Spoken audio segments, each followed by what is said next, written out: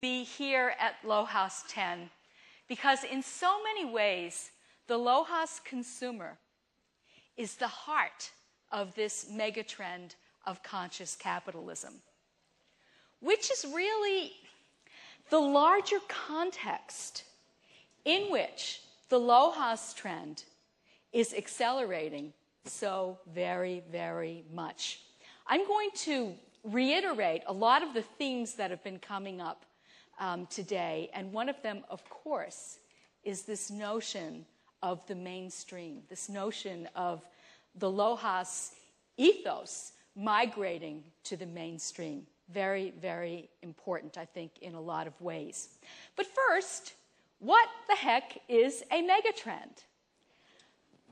Well, a megatrend is a large, overarching direction that shapes our society for a decade or more. And I think it's going to be more like 2 decades for the megatrend that I'm going to be talking about today. It could be social, it could be economic, it could be demographic, it could be spiritual. And in the case of conscious capitalism, it's really all of the above. So I'm going to talk about 5 trends today.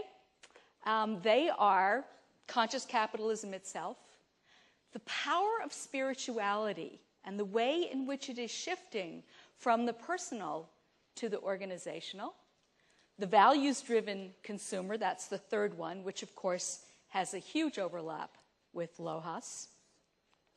4 is about the new wave of conscious business solutions that are coming on the scene. And finally, I will talk about socially responsible investing. That's the 5th trend, or as it is affectionately called, SRI. But conscious capitalism is more than these 5 individual trends. There are actually 7 that I talk about in the book, but for time purposes, I'm limiting myself to 5. Because there are so many powerful synergies at work here. The LOHAS consumer fuels the socially responsible investing trend, and vice versa. The search for spirituality in business echoes the demands in the marketplace for greater truth and integrity in business. So really there's a new holistic framework that's starting to show. It's as if the vague outlines of it are starting to become clear for us.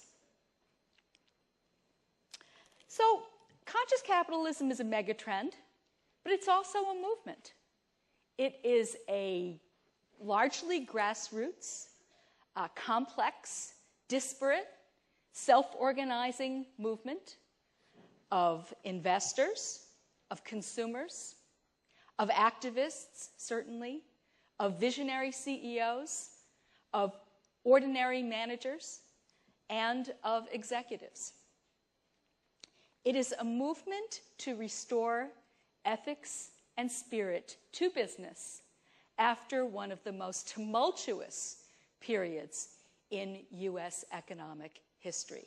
I'm talking, of course, of the first 3 or so years of this decade, although the roots go back certainly through the 1990s.